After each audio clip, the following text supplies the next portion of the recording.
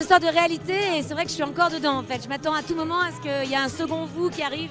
À première vue, leur histoire ressemble à un conte moderne. Une actrice lumineuse, un champion du monde charismatique. 18 ans d'union sans scandale, sans cri. Et pourtant, derrière les sourires et les apparitions impeccables, Claire Kam cache un vide que peu soupçonnait. Elle a longtemps vécu à l'ombre d'un homme adulé par la France entière. Comment une femme si talentueuse en vient-elle à se sentir invisible ? Pourquoi a-t-elle accepté de rester seule pendant des semaines, parfois des mois, pendant que Bixente Lizarazu poursuivait sa quête insatiable d'adrénaline ? Et surtout, comment ont-ils survécu à cette distance silencieuse qui aurait détruit tant de couples ? Est-ce cela le véritable prix de l'amour adulte, ou bien une illusion construite pour les caméras ? Ce soir, pour la première fois, Claire Kam lève le voile.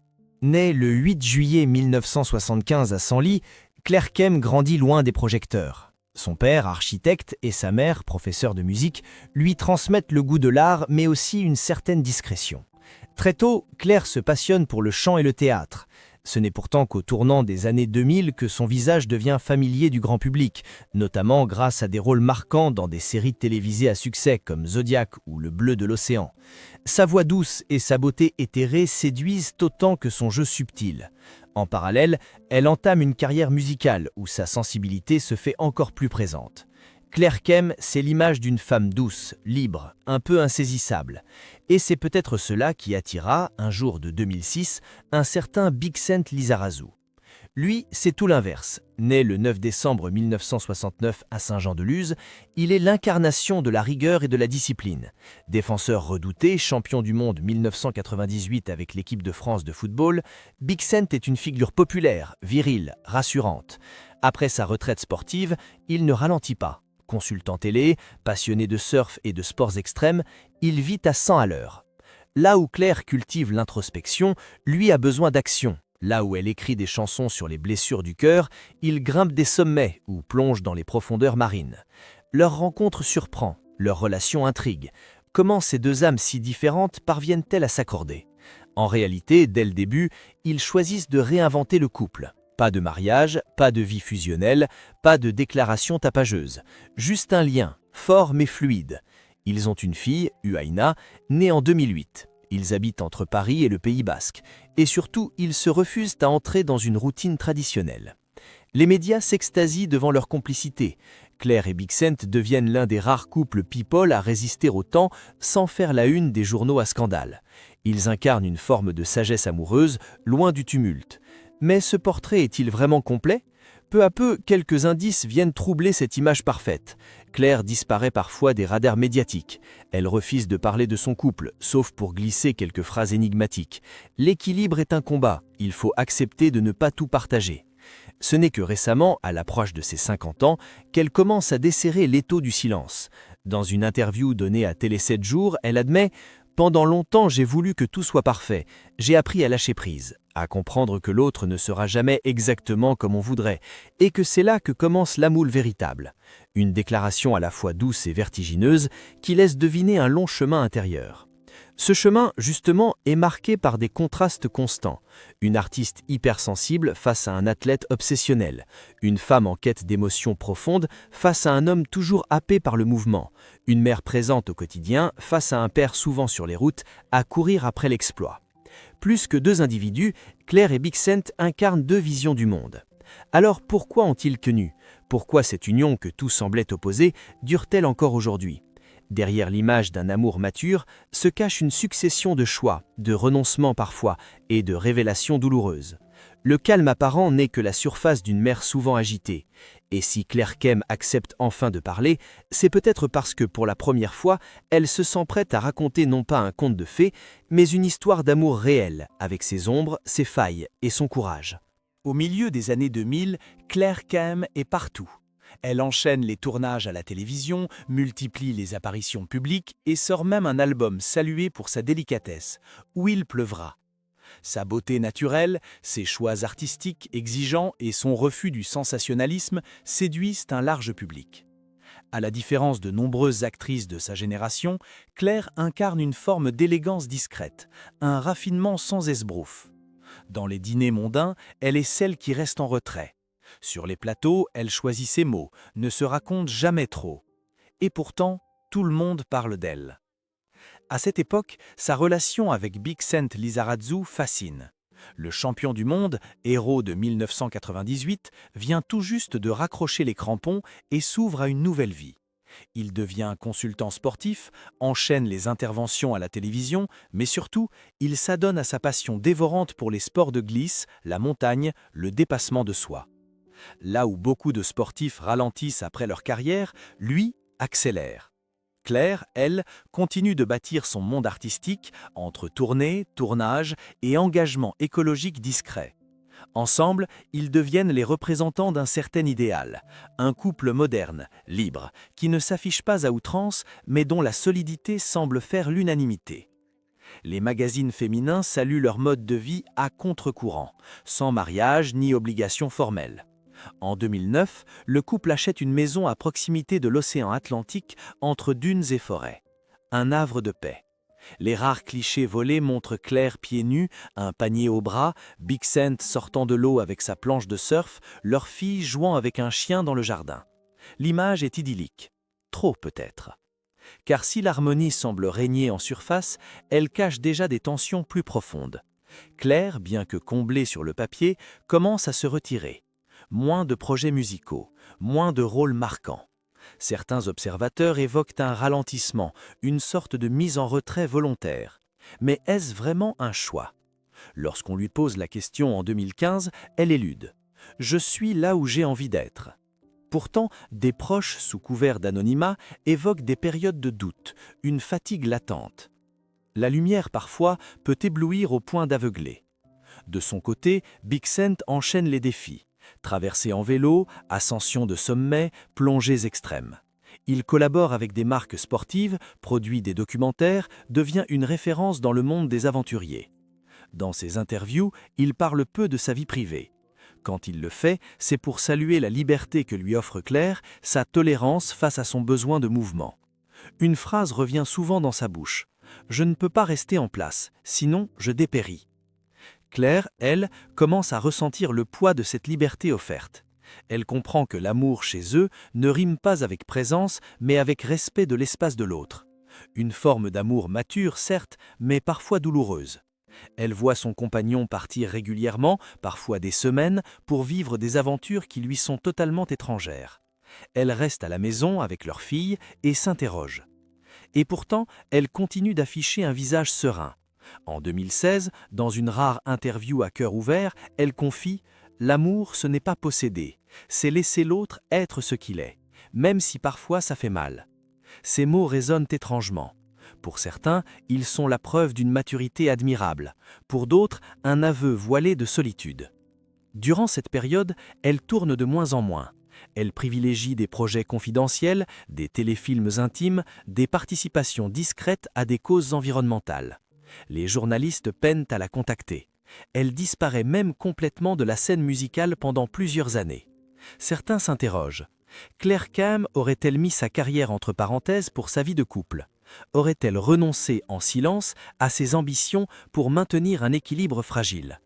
Rien n'est dit clairement, mais les indices s'accumulent. Et plus le couple brille en apparence, plus Claire semble s'effacer. Jusqu'au jour où, à l'aube de ses 50 ans, elle décide de parler. Pas pour régler des comptes, mais pour reprendre la parole sur sa propre histoire. Car pendant longtemps, l'histoire d'amour entre Claire et Bixent a été racontée à travers le prisme du héros national. Elle veut enfin y inscrire sa voix, et dire que l'amour vrai n'est pas toujours doux. Parfois, il blesse. Et pourtant, il reste. Pendant des années, Claire Kam a tout gardé pour elle. Les sourires sur les tapis rouges, les silences en interview, les absences acceptées sans plainte. Tout semblait couler de source, un couple solide, discret, équilibré. Pourtant, derrière les volets clos de leur maison au Pays Basque, une réalité bien plus complexe se dessinait. Et c'est dans une interview donnée à Version Femina en 2023 que Claire a, pour la première fois, ouvert la porte sur ce qu'elle appelle aujourd'hui une forme de solitude consentie. Il partait souvent, très souvent. Et moi, je restais là, à attendre, à composer, confie-t-elle. Elle parle de ces jours où Big Saint disparaissait, pris dans un nouveau projet sportif, une nouvelle expédition, une nouvelle émission. Il n'était jamais loin physiquement, mais il semblait toujours ailleurs. Il est animé par une force que je n'ai pas, par un besoin de mouvement constant. Je l'admire pour ça, mais parfois j'en ai souffert. Ces mots, simples, révèlent une blessure ancienne. Claire n'accuse pas, elle ne cherche pas à se plaindre, mais elle décrit une réalité qu'elle a longtemps tue. Celle d'une femme qui, peu à peu, s'est sentie devenir invisible dans sa propre histoire. Je me suis effacé sans m'en rendre compte. J'étais celle qui comprenait, qui attendait, qui souriait, jusqu'au jour où je me suis demandé « Et moi, où suis-je » C'est à cette période qu'elle commence à douter, non pas de son amour pour Big Saint, mais de sa place à ses côtés. La presse ne parle que de lui, les documentaires, les exploits, les émissions. Claire devient la compagne d'eux, alors qu'elle avait construit sa carrière bien avant leur rencontre. Ce glissement sémantique, insidieux, la ronge. Elle n'est plus actrice, ni chanteuse, elle est Madame Lizarazu. Et dans ce nouveau costume, elle étouffe. Plus troublant encore, elle évoque une forme de compétition silencieuse. Parfois, je me sentais en rivalité avec ses passions, comme si ses planches de surf, ses sommets à gravir, prenaient plus de place que moi. Je n'étais pas jalouse d'une femme, mais de sa liberté. Cette phrase, poignante, résume à elle seule le paradoxe de leur relation. Une union sans chaîne, mais où l'un semble toujours s'envoler, tandis que l'autre reste. C'est aussi durant cette période que Claire découvre un mot qu'elle ne connaissait pas, bigorexie. Il s'agit d'une dépendance pathologique à l'activité physique, une addiction au sport qui devient un besoin vital. Big Saint l'admet lui-même dans plusieurs interviews. « Si je ne bouge pas, je me sens mal, c'est plus fort que moi ». Claire, elle, apprend à vivre avec cette réalité. Ce n'est pas une maîtresse, mais c'est une forme d'obsession. Il ne pouvait pas rester là, simplement, avec moi. Il fallait toujours qu'il reparte. Le véritable scandale ici n'est pas fait de cris ni de trahison. Il est fait de non-dits, d'épuisement émotionnel, de renoncement muet. Claire Kem n'a jamais quitté Big Saint, mais elle a à un moment failli se perdre elle-même. J'ai eu peur de ne plus me reconnaître. J'étais devenue celle qui pardonne tout, qui excuse tout, même ce qui me blessait profondément. Son entourage s'inquiète. Quelques amis proches, comme l'actrice Romane Broginger, lui suggèrent de reprendre sa place, de ne plus se contenter de l'ombre. Claire commence alors un long processus de réappropriation de soi.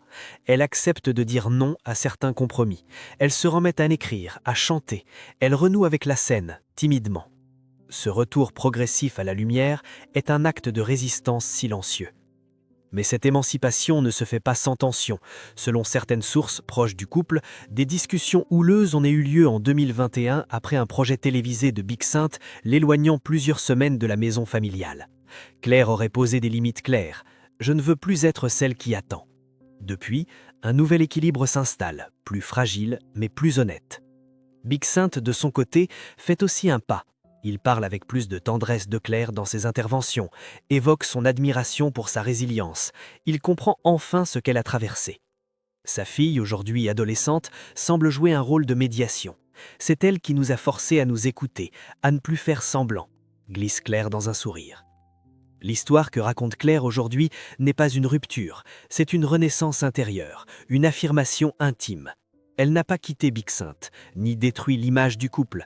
Elle a simplement repris possession de sa voix. Et dans cette parole enfin libérée, le vrai scandale apparaît. Pendant près de 2 décennies, une femme a accepté de disparaître doucement, par amour. Ce n'est pas une scène de ménage, ni une crise soudaine qui a failli tout briser. C'est plus lent, plus insidieux, une sorte d'effritement silencieux, comme une peinture qui se craquelle avec le temps. Claire Kem n'a jamais claqué de porte, mais elle s'est un jour réveillée avec la sensation glaçante de ne plus savoir qui elle était. Le déclic n'a pas été brutal, il est venu par petites touches. Une conversation avec une amie, le regard de sa fille, un projet refusé par manque de temps, puis un autre qu'elle a laissé passer pour ne pas bousculer l'équilibre familial. Elle le dit sans colère. « Je m'étais rendu invisible pour qu'il puisse continuer à être lumineux ». Cette phrase, prononcée presque en murmurant, résonne comme un cri silencieux. Elle évoque ces années où elle se contentait de peu. Une soirée partagée, un week-end en famille, une attention entre 2 voyages, des miettes d'intimité éparpillé entre des semaines de solitude. Ce n'était pas lui le problème, c'était ce que j'avais accepté. Je m'étais mise en veille. Ce repli a laissé des traces. Sur le plan professionnel d'abord, Claire décline plusieurs propositions de films, se retire du circuit médiatique, reste dans l'ombre. Dans les rédactions, certains parlent de mise en retrait volontaire, d'autres évoquent une fatigue de l'exposition. Peu savent que cette disparition est aussi un choix de survie, car Claire traverse alors une forme de dépression douce, sans fracas, mais profonde. Elle consulte, s'interroge, écrit. J'avais besoin de me retrouver, de me poser la question, si demain je ne suis plus la compagne de Bixent, qui suis-je? Ce travail d'introspection s'étale sur plusieurs années. Elle évite les réseaux sociaux, refuse les interviews centrées sur son couple, préfère le silence au faux-semblant. Une forme de résistance discrète. Elle se recentre sur son rôle de mère, mais là aussi la question d'identité revient. Être mère ne suffit pas à remplir une vie. J'avais besoin de retrouver ma voix. Cette voix, elle la cherche dans l'écriture d'un nouveau répertoire musical. Des chansons plus sombres, plus personnelles. Non destinées à la radio, mais comme un journal intime. Elle recommence aussi à monter sur scène dans des projets intimistes, loin des grands shows, mais proches du cœur. Petit à petit, elle renoue avec elle-même. Bixent, pendant ce temps, continue ses projets. Il respecte le processus de Claire, mais ne le comprend pas toujours. Il est dans l'action, moi dans l'émotion. Il a mis du temps à voir ce que je vivais. Pas parce qu'il ne m'aimait pas, parce qu'il n'entendait pas mes silences, dit-elle sans rancune. Ils vivent alors une période de tension froide, sans dispute, mais avec une distance nouvelle. Un éloignement affectif discret, mais réel. Le tournant intervient un soir d'hiver, lorsque leur fille, alors âgée de 14 ans, leur pose une question simple. « Est-ce que vous êtes encore heureux ensemble ?» Cette phrase, anodine en apparence, agit comme un électrochoc. Ils réalisent alors à quel point ils se sont éloignés, à quel point ils vivent côte à côte sans vraiment se retrouver. Ce moment devient un point de bascule. Commence alors une reconstruction lente, pas une remise en question radicale, mais une série d'ajustements. Claire fixe ses limites, elle refuse certaines absences prolongées. Elle réclame une présence, pas forcément constante, mais consciente. Elle n'a plus peur de dire ce qu'elle ressent, même si cela dérange. Elle s'autorise à être exigeante. Bixent, pendant ce temps, modifie aussi ses habitudes.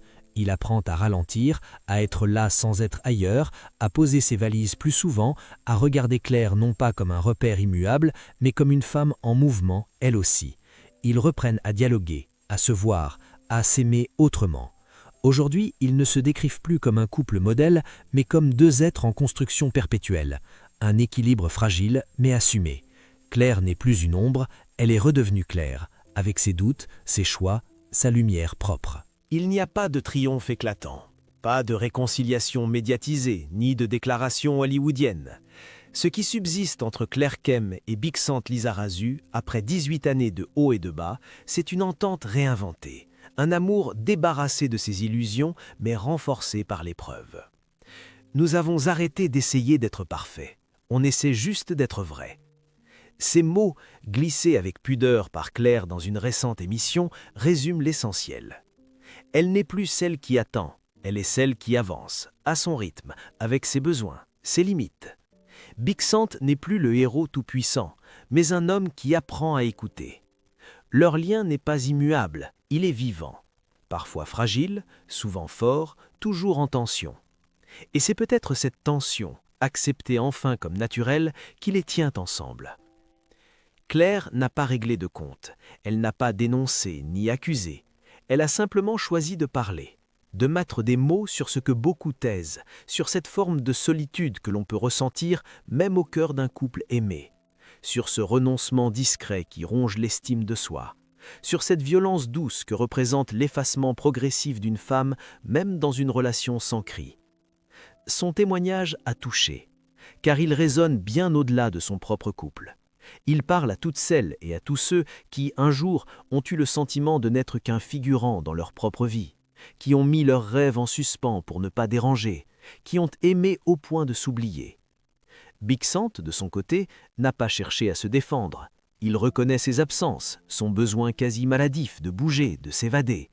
Il sait désormais que la liberté n'a de sens que si elle se conjugue avec la conscience de l'autre. Ils n'ont pas changé qui ils sont, mais ils ont cessé de fuir ce qui les séparait.